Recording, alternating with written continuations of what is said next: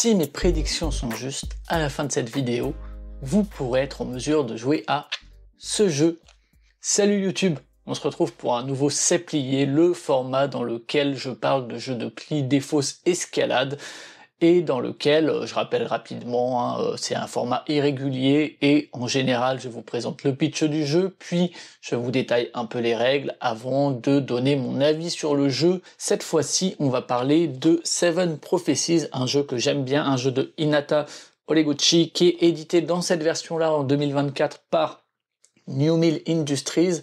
On voit qui ont l'habitude, vous le voyez, je les ai mis autour de moi, les petits New Mill, comme ça ils font comme ça des espèces de lots de 3-4 jeux plusieurs fois dans l'année, que ce soit des rééditions ou des sorties propres, que ce soit des jeux japonais ou non.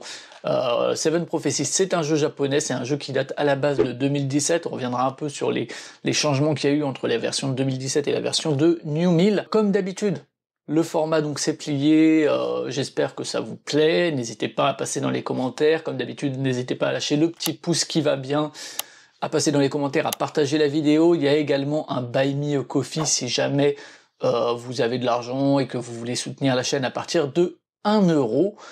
Voilà, on a fait à peu près l'introduction, je crois, comme d'habitude, j'ai des inspirations Taylor de Taylor's Taking Table, il y a Golden Meeple qui s'est mis aussi, j'en reparlerai parce que c'est notamment chez Golden Meeple qu'on peut trouver les jeux de New Mill, mais ils se sont mis à faire pas mal de présentations, là ils ont fait Gummitrick récemment, il y a toujours Passion Pli qui est en petite pause, qui sont aussi un peu irréguliers comme ce format, de Romain et Ben, de chez les recettes ludiques.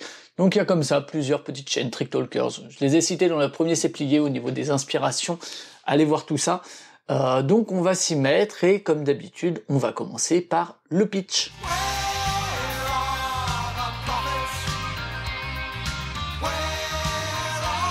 Seven Prophecies, donc le pitch, il est dans son nom, il y en a 7 et il y a des prophéties.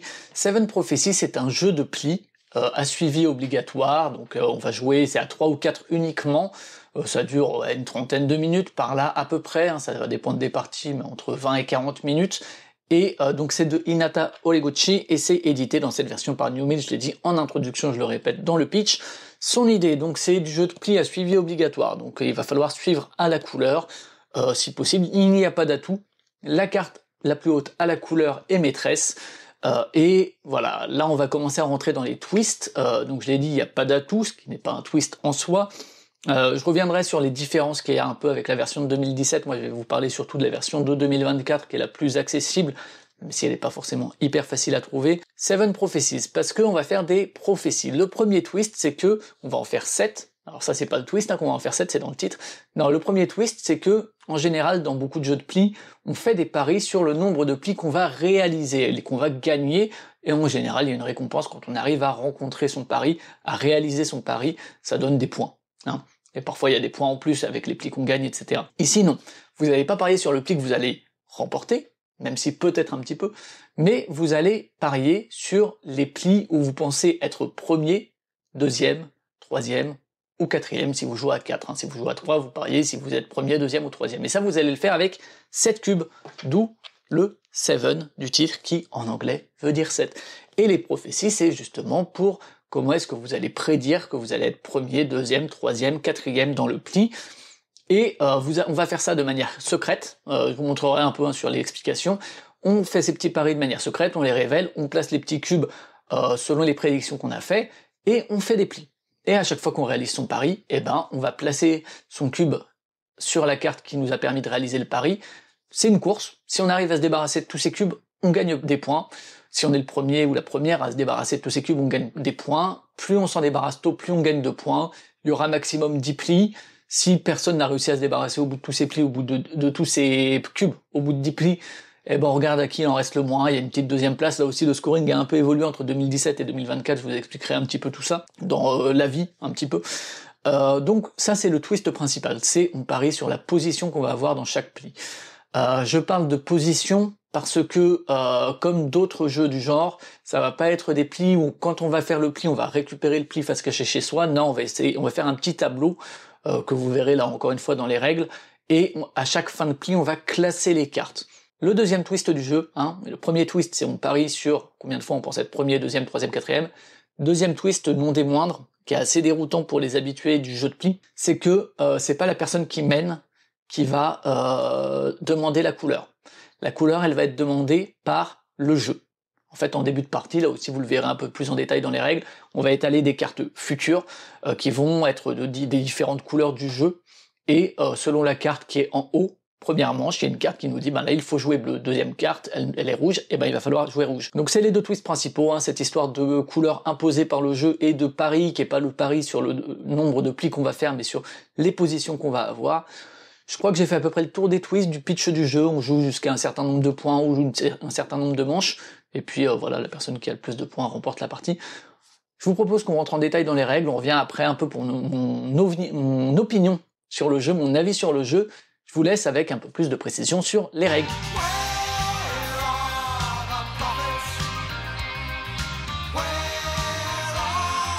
Le deck dans Seven Prophecies est constitué de 4 couleurs de cartes, chacune ayant des cartes de valeur de 1 à 11. Il y a également 4 cartes de prophétie. Il y a également une carte de prédiction par joueur ou joueuse accompagnée de ces petits cubes. Il y a également une piste de score, 12 cartes futures et la règle en anglais. Dans le cas d'une partie à 3 joueurs ou joueuses, on enlève les 10 et 11 de chaque couleur ainsi que la 4e carte de prophétie. Et évidemment on retire aussi une couleur de joueur ou joueuse. Là dans l'exemple de partie on sera 4, donc on va remettre toutes les cartes. Pour la mise en place, on installe la piste de score, chaque personne prend une petite carte de prédiction et les cubes à sa couleur, on met les cartes de 1 à 4, les cartes prophétie, on mélange le deck de cartes futures, puis on les installe au-dessus en ligne, au-dessus des cartes prophétie. On en met 10, il y en a 2 qui sont pas utilisés lors de cette manche, on les met de côté pour une manche ultérieure. Comme vous le voyez, ça prend un petit peu de place en termes de mise en place. Moi, je l'ai fait se chevaucher, évidemment, il vaut mieux ne pas le faire, mais là, pour les besoins de la vidéo, je l'ai fait se chevaucher. Chaque personne place un de ses cubes, un des cubes à sa couleur sur la case 0 de la piste de score. On mélange les cartes, on en distribue 10 à chaque personne, il y en a 4 qui vont rester, qu'on met de côté pour cette manche. Dans le cas d'une partie à 3, on distribue malgré tout 10 cartes à chaque personne, il en restera par contre 6 à mettre de côté. Après avoir regardé sa main, chaque personne va simultanément faire un pari, en cachant son pari aux autres, sur le nombre de fois où la personne pense être premier dans le pli, deuxième, ou troisième, ou quatrième, alors uniquement jusqu'à 3 si on est 3 personnes à table. On fait ce pari en plaçant des cubes sur sa petite carte, si on met les cubes sur la ligne 1, c'est le nombre de fois où on pense être premier, etc. Une fois que tout le monde a réalisé son pari, on révèle les paris et on place les cubes sur les cartes prophéties correspondantes. Ici, par exemple, la personne qui joue jaune pense être 2 fois première, 1 fois deuxième, 2 fois troisième et 2 fois quatrième. On passe ensuite à la phase de pli, qui va durer maximum 10 plis, où il va falloir suivre à la couleur demandée par le jeu, donc c'est la carte future qui détermine la couleur à suivre, c'est du must follow, donc si on a la couleur qui est demandée par la carte future, il faut jouer cette couleur. Dans le cas où on n'a pas la couleur, on peut jouer ce qu'on veut. Une fois que chaque personne a joué une carte, on va pouvoir classer ces cartes-là de la première à la quatrième. Si tout le monde a joué la couleur demandée, c'est la carte la plus haute à la couleur demandée qui est première, et ainsi de suite jusqu'à la quatrième. Donc ici, le 11 va être en premier, puis le 10, puis le 6, et enfin le 5 en quatrième. Et vous le voyez, en plaçant les cartes au bon endroit, chaque personne qui place la carte met un petit cube de son pari sur la carte en question pour montrer qu'elle a réalisé son pari. Si il n'y a plus de cubes de la couleur correspondante sur la carte prophétie, la personne ne met aucun cube sur sa carte. Ici par exemple noir donc est arrivé premier, donc place un cube noir, jaune est arrivé deuxième avec le 10, donc place un cube jaune, son seul cube jaune de la deuxième, rouge place son cube sur la troisième, et blanc sur la ligne 4. C'est la personne qui a placé la carte la plus forte à la couleur demandée qui engage le pli suivant, en suivant la couleur demandée par la carte future du pli en question, ici bleu en l'occurrence. Ici noir n'a pas de bleu, donc noir peut jouer la couleur de son choix.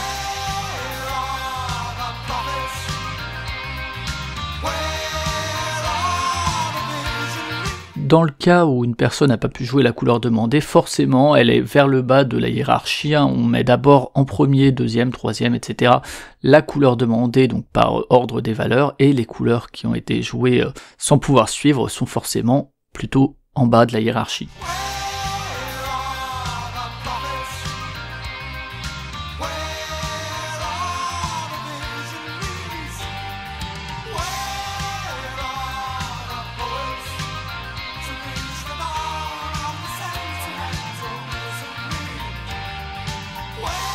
Ici, on est dans le cas où ni blanc ni rouge n'ont pu suivre à la couleur. Quand c'est comme ça, comme d'habitude, on classe d'abord les cartes qui ont été jouées et qui ont pu suivre à la couleur par ordre des valeurs, et ensuite on classe les cartes qui n'ont pas pu suivre à la couleur, et c'est par ordre décroissant. Donc le 10 ici prend la 3e place, tandis que le 8 prend la 4e place, puisque 10 est plus grand que 8.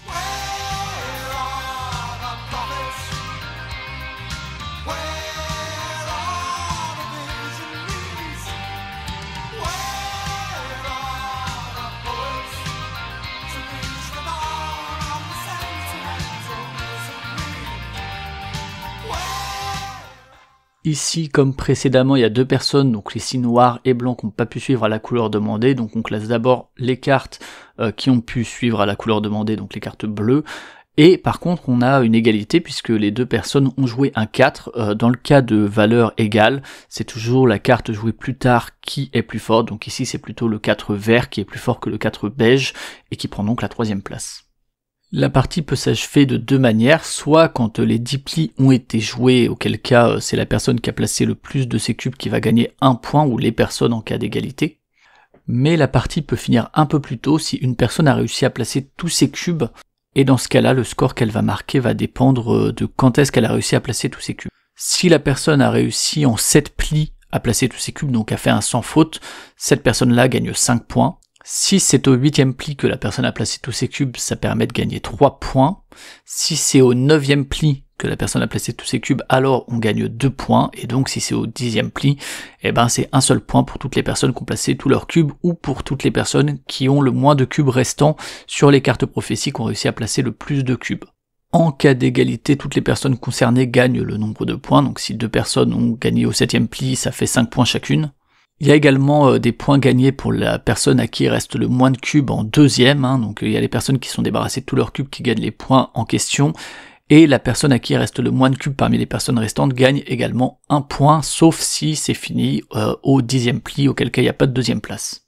On fait une nouvelle manche en reprenant les cartes qu'on a mises de côté au début de la manche en cours, que ce soit les cartes futures ou les cartes valeurs, les cartes à jouer. Et on joue ainsi jusqu'à ce qu'une personne ait atteint 7 points, ce qui lui donne la victoire, ou si personne n'atteint les 7 points, on joue autant de manches qu'il y a de personnes à table, et la personne qui a le plus de points gagne. En cas d'égalité, la victoire est partagée.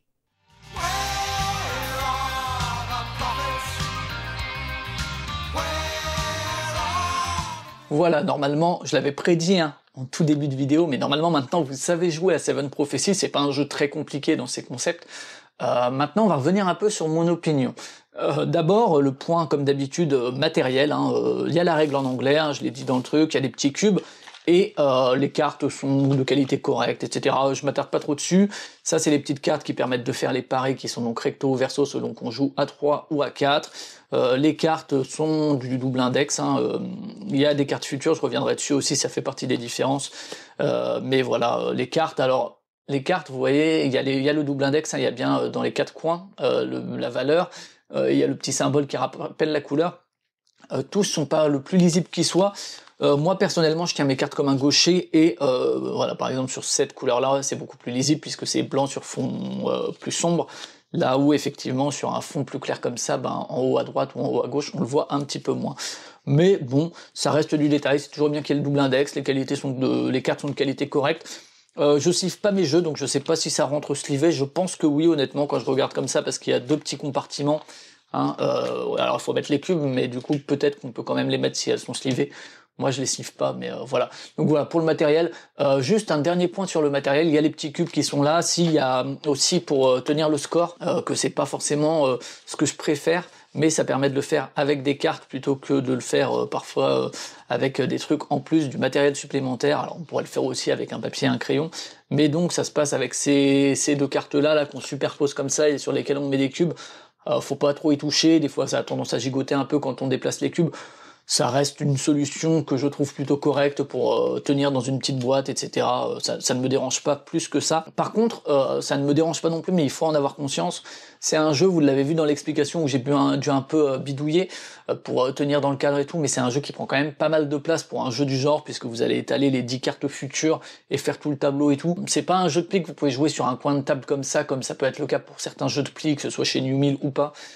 Ayez-en conscience, prévoyez quand même une table assez grande. Autre chose, alors c'est pas tellement la qualité du matériel, c'est plus qu'il n'y a pas de paravent, etc. Là aussi, New Mill fait des jeux de cartes et ils essayent de pas garnir avec du matériel inutile. D'ailleurs, ils ont mis des cubes, ils auraient aussi bien pu ne pas en mettre, hein, mais bon, ils ont choisi d'en mettre, mais je me dis que dans certains jeux, peut-être qu'ils en mettront pas. Parfois, dans Agency récemment, que j'ai pas encore mis derrière, mais que j'ai récupéré là il y a pas longtemps, il faut des porte-cartes, et évidemment c'est une petite boîte, et ils ont pas fourni des porte-cartes, ils disent il faudra des porte-cartes à côté. Pourquoi pas, hein, je veux dire, c'est du matériel qu'on peut avoir, alors les porte-cartes ça reste un peu plus rare, mais des cubes, on en a tous, ou presque dans nos jeux. Ouais, en plus on peut compter les points autrement, alors pour les prophéties c'est n'importe quel matériel de couleur.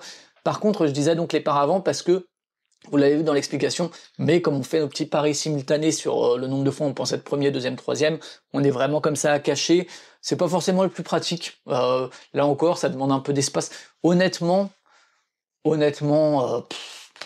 on le fait sans forcément cacher, parce que t'es déjà assez concentré sur tes propres paris, et tu vas pas les zioter sur les paris de l'adversaire ou quoi, c'est pas forcément nécessaire, donc c'est pas une contrainte très importante. Cachez-les avec votre petite main si vous voulez. Reste qu'en général, chacun fait ses petits paris dans son coin comme ça, un peu comme dans un Eurogame où vous auriez chacun votre petit plateau et on fait des trucs en simultané. Là, on fait les paris en simultané. Évidemment que si je vois que quelqu'un se met tout le temps premier, peut-être que moi je vais pas me mettre premier, mais franchement, enfin, dans toutes les parties que j'ai fait, j'en ai fait quelques-unes, c'est jamais arrivé comme ça qu'on soit en train d'essayer de, entre guillemets, tricher pour essayer d'adapter son pari. Donc voilà, c'est des petits bémols, surtout la place prise, juste prenez-le en compte, hein, parce que vraiment, c'est pas un jeu que vous jouerez sur une table de bar comme ça à l'improviste. Du côté de la disponibilité, là encore on est dans les trucs un peu factuels, blablabla, que j'aime bien faire en début de vidéo avant de m'attarder un peu sur ce qui fait que j'aime ou non le jeu.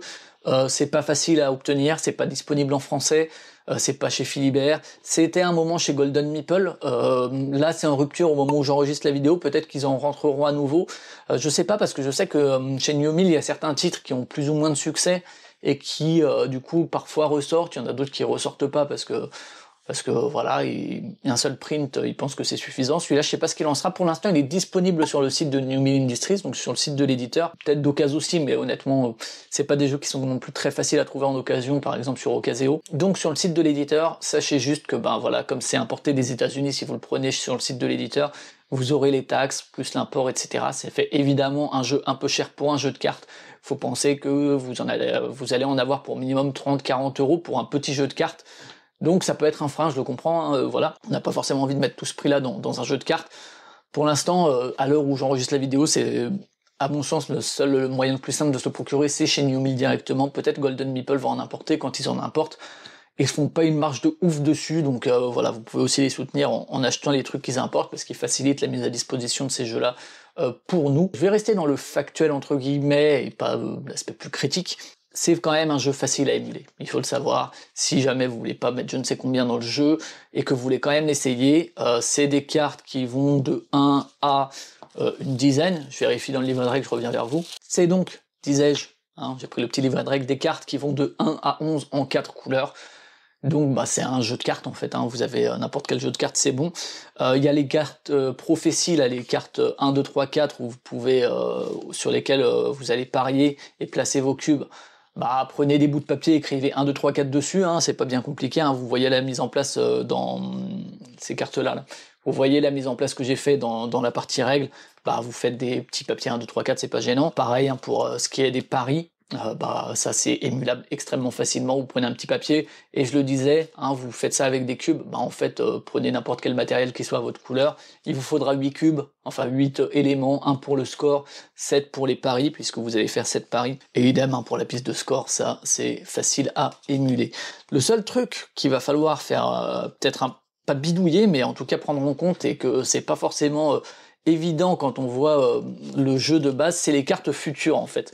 Les cartes futures, je l'ai dit, c'est celles qui, voilà, c'est celles-ci, les cartes qui permettent de déterminer quelle couleur va être demandée. Vous savez, je vous l'ai dit dans le pitch et dans les règles, c'est le jeu qui indique la couleur à suivre grâce à ces cartes futures. Dans l'édition de New Mill, là, de 2024, c'est des cartes spécifiques. Comme on le voit, il y a des cartes, je l'ai dit, les cartes à jouer, elles vont de 1 à 11, et là, il y a des cartes qui ont un dos différent, et qui n'ont pas de numéro, qui vraiment sont les cartes qui servent uniquement à faire les cartes futures. Il y en a quelques-unes qui sont écartées, peu importe de ce point de vue-là. Il faut savoir que dans la version de base, c'était un jeu de cartes de 52 cartes, donc des 4 couleurs de 1 à 13, ce que vous avez aussi sûrement chez vous, et qu'en fait c'était les cartes non utilisées qui permettaient de faire les prédictions, d'être les cartes futures. C'était une utilisation peut-être un peu plus souple, on mélangeait les cartes à jouer, les cartes qui servaient au futur, donc on distribuait les cartes comme ça, et puis ce qui restait, on en était à les 10 pour dire les couleurs qui seraient demandées. Donc bah voilà, en fait c'est la solution que vous avez pour émuler ces cartes futures, c'est de prendre un jeu de 52 cartes, de n'utiliser que les cartes de 1 à 11 pour jouer et toutes les autres pour faire les cartes futures. Donc pas le jeu le plus difficile à émuler qui soit, si vraiment vous voulez essayer, que ce soit avant l'achat parce que c'est un investissement non négligeable ou tout simplement parce que vous n'avez pas envie de réaliser cet investissement, c'est un jeu qui s'émule plutôt bien. Avant de rentrer dans la critique, mais on y va déjà un petit peu, juste un point sur le scoring. Le scoring il a évolué maintenant, hein, je vous l'ai dit dans les règles, si on arrive à se débarrasser de ces cubes plus tôt, eh ben on va pouvoir gagner X points, plus on se débarrasse tôt, si c'est en 7 plis c'est 5 points, etc. Le scoring a changé par rapport à la version originale, je suis retourné voir un petit peu avant la vidéo. Dans l'ensemble, je pense que c'est des bons choix. J'ai pas du tout joué avec le scoring d'origine, donc je sais pas si c'est mieux ou si c'est moins bien ou quoi, je vais pas faire de comparatif, mais en tout cas, la lecture des règles, ça me paraît beaucoup plus clair et plus simple à mettre en place et à expliquer, sans changer drastiquement les sentiments de jeu. Donc je trouve que voilà, prenez en compte, si jamais vous voulez essayer le vieux scoring, ou si vous avez joué avec le scoring de 2017, vous me dites ce qu'il vaut, peut-être que c'est mieux, mais en tout cas, là, ça a été simplifié, et ça favorise évidemment le fait de se débarrasser plus tôt de ces cubes, hein, c'est un côté course. Voilà, pour ce qui est du factuel. Maintenant, mon avis un petit peu sur le jeu, c'est un jeu que j'aime beaucoup, Seven Prophecies. En fait, le truc avec les jeux japonais, souvent, c'est que, on le voit avec les jeux de Taiki Shinzawa, etc., c'est des jeux qui ont des twists. Des twists qui souvent sont curieux, donnent envie d'essayer le jeu, mais parfois le jeu va pas beaucoup au-delà de son twist. Dans les jeux de Taiki Shinzawa, c'est souvent le cas. Souvent, le scoring est un peu délaissé, un peu mis de côté, pas très intéressant, et finalement, est-ce qu'on a envie d'y rejouer? Est-ce que vraiment les choix à faire dans le jeu en dehors du twist sont intéressants? Pas tant que ça. Et c'est un peu le risque toujours, hein, avec les jeux qu'on importe du Japon, c'est que c'est comme un peu les films à twist ou n'importe quelle œuvre qui va avoir un gimmick. Il faut un moment qu'elle arrive à dépasser ce gimmick, à aller au-delà pour s'installer comme quelque chose de vraiment bien de manière générale et que ce soit pas juste « Ah tiens, t'as une bonne idée ». Alors les bonnes idées, c'est cool, hein. Moi de manière générale, vous savez que j'aime bien ces petits gimmicks, ces petits twists, ces petits trucs qui me rendent curieux et où je me dis « Ah tiens, il a pensé à ça, l'auteur et tout, c'est cool ». Après, des fois, ça ne fait pas le jeu bon, hein. Je cite souvent un exemple Pinkombi Trio de Taiki Shinzawa, où vraiment l'idée, c'est plus un jeu d'escalade, c'est super, mais moi je trouve ça nul, vraiment pas bien, mais très rigolo, j'adore le faire découvrir parce que juste c'est très curieux. Et Seven Prophecies arrive justement, j'ai parlé dans le pitch des deux gimmicks, hein, que ce soit le fait que ce soit les cartes futures qui demandent la couleur, qui est le gimmick moindre entre guillemets, c'est en tout cas le moins surprenant quand je l'explique. Le plus surprenant c'est vraiment ce truc de pari où tu paries sur les combien de fois tu vas être premier, deuxième, troisième, quatrième, qui vraiment déroute les gens qui ont l'habitude des jeux de plis à pari, parce que en général tu paries plus sur le nombre de plis que tu vas faire, parfois sur le nombre de plis que X personne va faire, que telle personne va faire, c'est plus rare. Là il y a vraiment ce truc où, ah tiens c'est rigolo. Ensuite il y a effectivement le fait que ce soit le jeu qui te demande la couleur pour chaque pli, et enfin il y a aussi un truc qui peut être un peu déroutant, alors moi j'ai l'habitude parce que c'est pas le premier jeu à le faire, il y a cette histoire de trier les cartes de ranger les cartes entre guillemets de la plus forte à la plus faible dans le pli, avec toujours, hein, comme chez New Min, c'est souvent ça quand il y a une égalité, que c'est la deuxième, enfin celle qui est jouée le plus tard qui l'emporte. Ça, et du coup en fait ça affiche des infos visibles, plutôt que de cacher les cartes qu'on a récupérées dans des plis qui sont face cachée, non, là les cartes qui ont été jouées restent affichées, ce qui est des informations qui peuvent déplaire aux personnes qui aiment, parce que du coup ça fait vraiment beaucoup d'informations qui... Alors les jeux de plis, si les gens ont de la mémoire, ils vont avoir ces infos. Moi je sais que je joue souvent plus au feeling, hein, j'aime pas trop les jeux qui demandent vraiment une grosse mémoire. Du coup, je pense que le fait d'avoir ces informations visibles, pour certaines personnes ça pourrait être un frein, parce qu'ils vont se dire « Ouais, en fait, comme je vois tout ça, je suis tout le temps à passer mon temps à analyser ce qui est déjà tombé, parce que je peux le voir, et donc à faire mes choix en fonction de ça. » Donc ça pourrait créer une espèce d'analysis paralysis.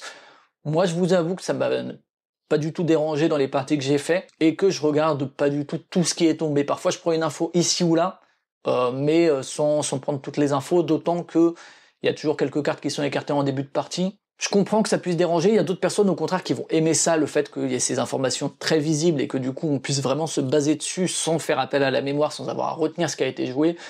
Moi, je suis assez neutre sur la façon dont ça se déroule et dont on voit comme ça en tableau les cartes qui ont été jouées. Donc ça, c'est des gimmicks. Évidemment, les gimmicks prennent leur sens par la suite, et je dis pas qu'on s'en fout un petit peu finalement, parce que c'est ça qui va donner l'intérêt dans la suite de la partie. Parce que là où moi Seven Prophecies m'a agréablement surpris, c'est que, je l'ai dit souvent, au-delà du gimmick, j'adore faire une partie de découverte et me dire ah ouais c'est malin, mais j'ai pas forcément l'envie de revenir, et souvent je me dis ouais bon ok, c'est un jeu à gimmick. Ici, ce qu'il y a de bien dans Seven Prophecies, au-delà de parier pour nos places et tout, évidemment il y a un petit choix à ce moment-là, mais surtout le principal du jeu va pas se faire au moment du gimmick, il va se faire pendant la partie, la phase de pli. Et souvent, moi, c'est ce que je regrette un peu dans certains jeux, c'est que le moment d'aborder le gimmick, il est drôle, mais qu'après, la phase de pli, finalement, elle est très quelconque, pas très intéressante, elle soulève pas vraiment de sentiments nouveaux, d'émotions nouvelles, les choix qui sont proposés sont les mêmes que dans 26 milliards de jeux de pli, et il y a juste ce gimmick qui est rigolo. Là non, dans Seven Prophecies, le gimmick, etc., en fait, est le fait qu'on voit... en fait, le fait que la couleur demandée soit demandée par le jeu, qui ait ses prédictions, qu'on voit les prédictions des autres, et qu'on se dise « Ah, toi tu vas être deuxième à ce moment-là, toi tu vas être premier, toi tu vas être troisième ici, etc. » tant de fois, ça a un gros impact sur les choix qu'on va faire dans ce qu'on joue et sur ce qu'on appelle le trick play. Et vraiment, je trouve que les choix et les interactions que ça mène autour de la table sont vraiment très intéressants, parce que, en fait, c'est un jeu aussi où tu peux te permettre de un peu pourrir les autres sans que ce soit au détriment de ton propre jeu.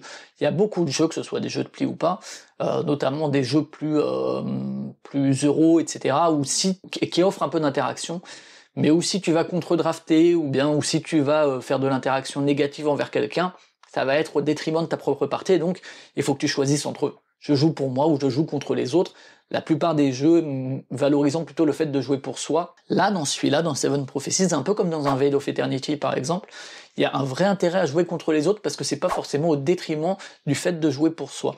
Parce que c'est pas en faisant échouer le pari de quelqu'un d'autre lors d'un pli qu'on va se priver soi-même de réussir un de ses paris. Je m'explique, c'est-à-dire que si je peux forcer un adversaire à être deuxième, alors même qu'il a plus aucun cube sur le 2, donc il n'a plus prévu d'être deuxième, si moi j'ai des cubes sur le premier, bah en fait je réussis un pli. J'avance dans mes paris, et pourtant j'ai privé l'adversaire en même temps de réussir un des siens. Là où il y a des jeux qui, si t'avais privé l'adversaire d'un de ses paris, toi t'aurais pas mis le tien pour autant.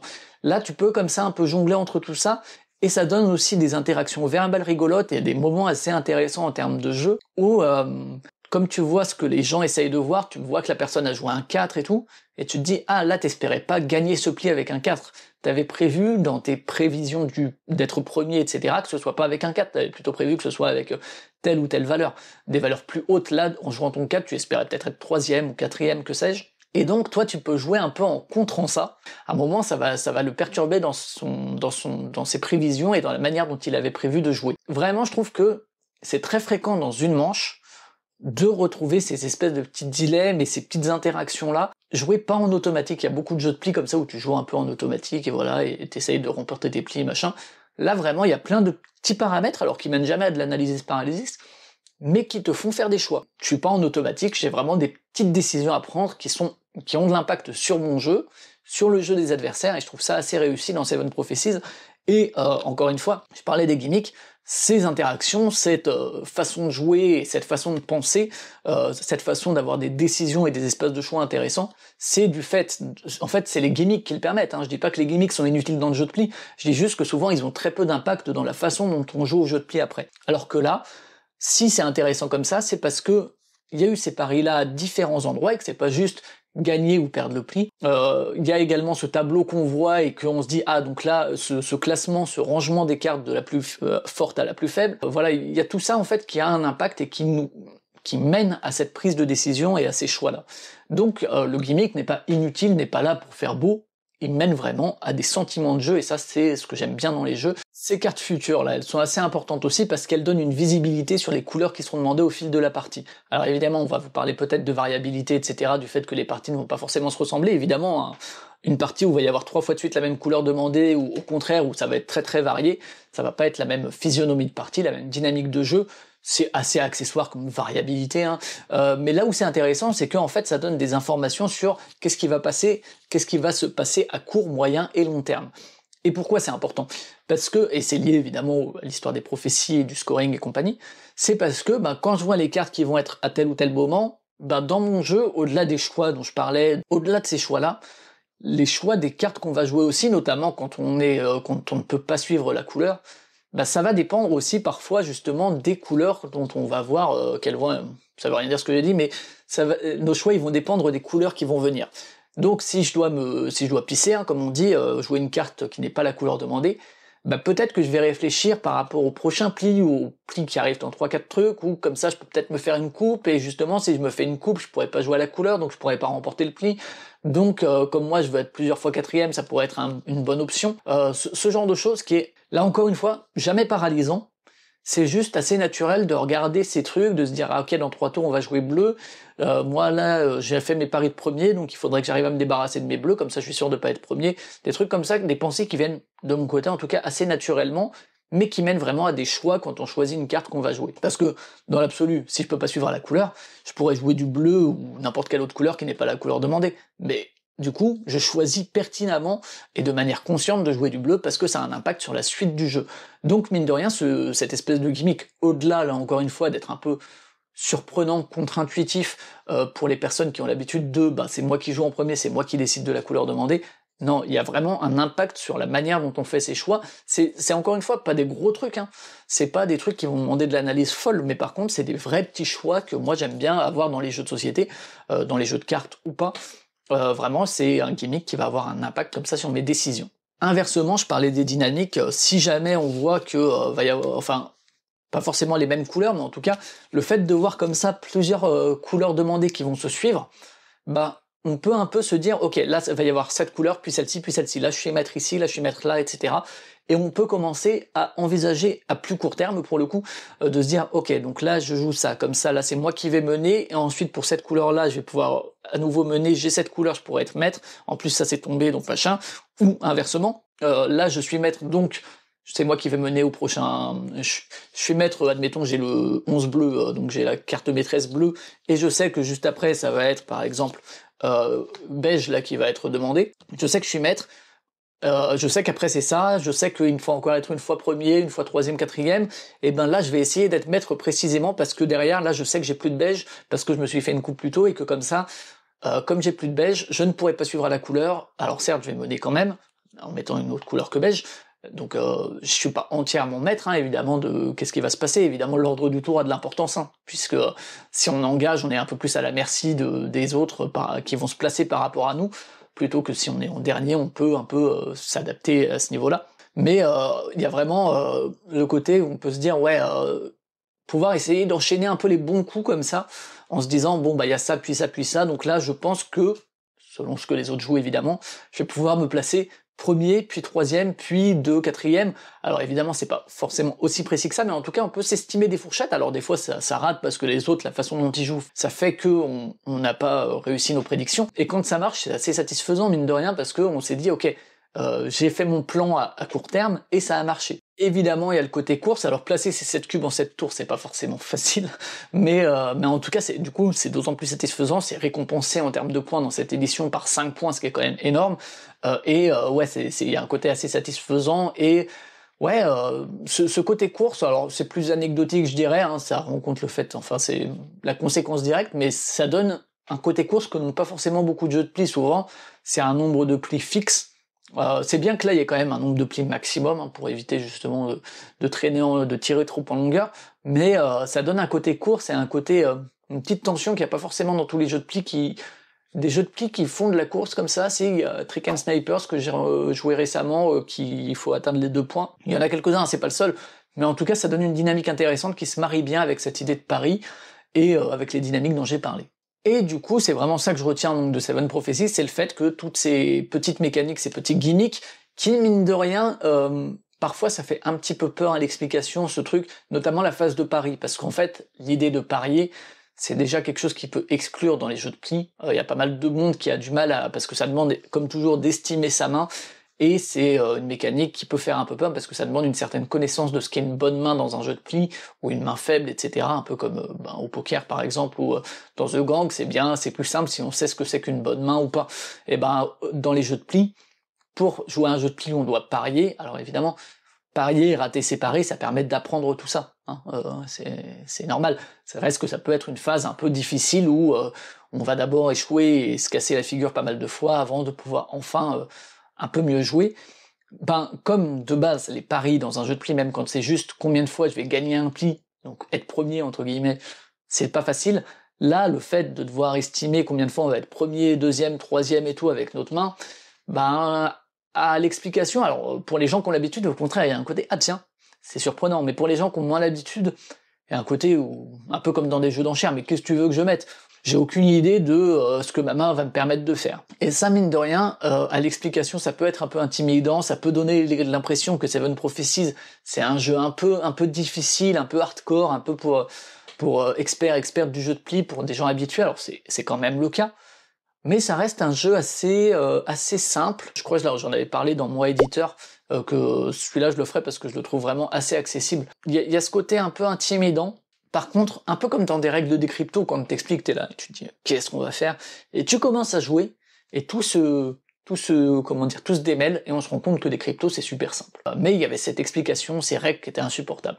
Dans Seven Prophecies, sans que ce soit aussi difficile à expliquer que des cryptos, il y a un petit peu de ça, dans le fait où on se rend compte que le pari initial, il a de l'importance, c'est-à-dire qu'évidemment, si tu paries n'importe quoi, tu risques de pas gagner, mais en fait, c'est désacraliser cette phase de pari, justement parce que la phase de pli est intéressante, et permet pas mal de flexibilité, de souplesse, et donc de s'adapter, de faire des trucs qu'on n'avait pas forcément prévus lors de la phase de pari, mais on arrive quand même à s'en sortir parce que le jeu est suffisamment souple et flexible dans sa phase de pli, par ses mécaniques de pli, par tout ce que j'ai dit avant en termes de dynamique. En fait, ça permet de s'en sortir, même si on s'est un peu merdé si on s'est un peu raté sur la phase de pari, même si on n'est pas ultra précis, il y a des jeux qui demandent, certains Shinzawa, à être vraiment ultra précis sur sa mécanique de pari, et où si tu rates, t'es vachement puni. Là, même si tu n'as pas fait le meilleur des paris qui soit, que t'es un peu plus novice de ce point de vue-là et tout,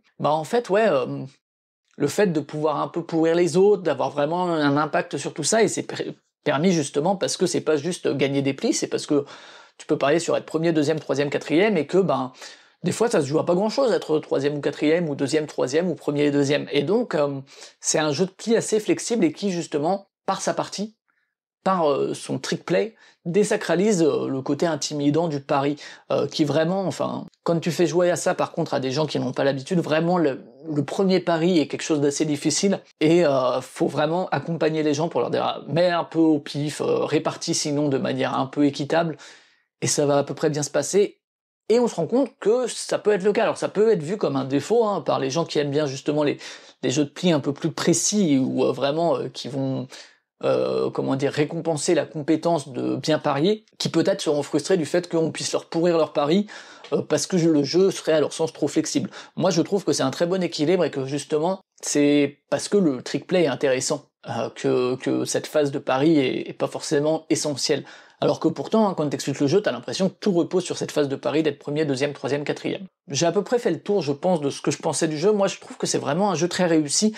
Encore une fois, parce que justement, il arrive à dépasser son gimmick, et que pour moi, c'est ça qui fait un bon jeu de pli, notamment du côté du Japon, mais pas que, il y a plein de jeux qui sont aujourd'hui inspirés des jeux de pli japonais, qui sont des jeux à gimmick. Donc pour moi, Seven Prophecies est vraiment intéressant de bout en bout. Il est intéressant à lire les règles, parce qu'on se dit, ah tiens, tu vois, le côté curieux. Il est intéressant à expliquer parce que le côté découverte et le côté où ça titille la curiosité des gens, et puis il est intéressant à tous les moments de la partie en fait. Au moment du pari, mais finalement c'est peut-être pas le moment le plus intéressant, et c'est bien parce que c'est pas le moment le plus important en termes de temps de jeu. Le moment le plus important en termes de temps de jeu, c'est le trick play. Donc que je sois sollicité en termes de choix et de petits stimuli cognitifs et tout, pendant toute cette phase-là, c'est bien, alors qu'il y a beaucoup de jeux où tu vas te prendre la tête pendant 3 à 4 minutes pendant la phase de pari, et après tu vas dérouler, tu vas te faire chier tu vas en tout cas moins t'amuser pendant 15 minutes. Bah là non, je trouve que Seven Prophecies, vraiment, il marie tout ça très bien, il arrive à faire un tout très cohérent.